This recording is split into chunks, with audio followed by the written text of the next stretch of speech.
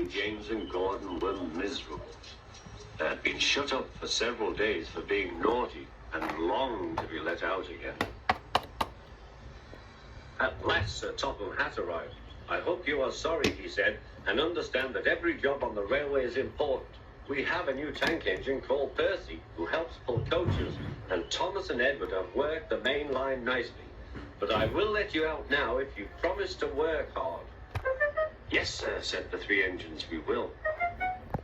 "That's right, but please remember that this no shunting nonsense must stop." He then told Percy, Edward and Thomas that they could go and play on the branch line for a few days. And they ran off happily to find Annie and Clarabelle at the junction. The two coaches were so pleased to see Thomas again. Edward and Percy played with great joy. "Stop, stop, stop," screamed the cars as they were pushed into their proper sidings. But the two engines laughed and went on shunting till the cars were tidally arranged. Next, Edward took some empty cars to the quarry. Percy was left alone. He didn't mind that a bit. He liked watching trains and being cheeky to the other engines. "Hurry, hurry, hurry," he would call, and they got very cross.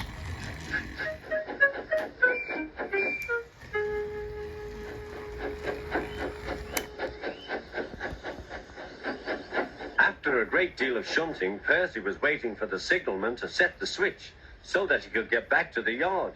He was eager to work, but was being rather careless and not paying attention.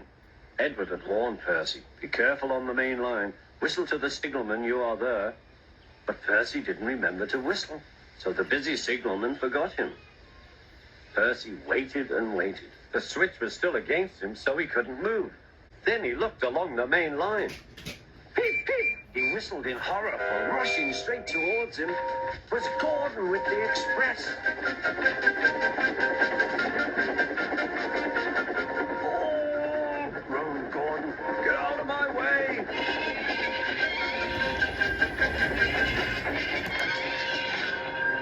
Percy opened his eyes. Gordon had stopped with Percy's buffers a few inches from his own. But Percy had begun to move. "I won't stay here. I'll run away," he puffed.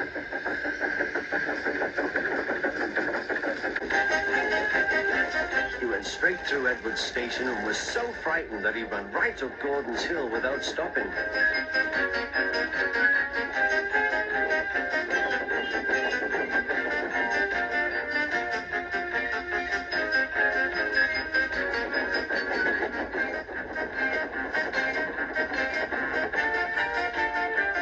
After that, he was tired, but he couldn't stop. He had no driver to shut off steam and apply the brakes. "I want to stop. I want to stop," he puffed. The man in the signal box saw Percy was in trouble, so he kindly set the switch. Percy puffed wearily onto a nice empty siding, ending in a big bank of earth. He was too tired now to care where he went. "I want to stop. I want to stop. I have stopped," he puffed thankfully. "Never mind, Percy," said the workman as they took him out. "You shall have a drink and some coal, and then you'll feel better." Presently, Gordon arrived. "Well done, Percy. You started so quickly that you stopped a nasty accident." "I'm sorry I was cheeky," said Percy. "You were clever to stop." Then Gordon helped pull Percy out from the bank. The two engines are now good friends, but Percy is always most careful when he goes on the main line.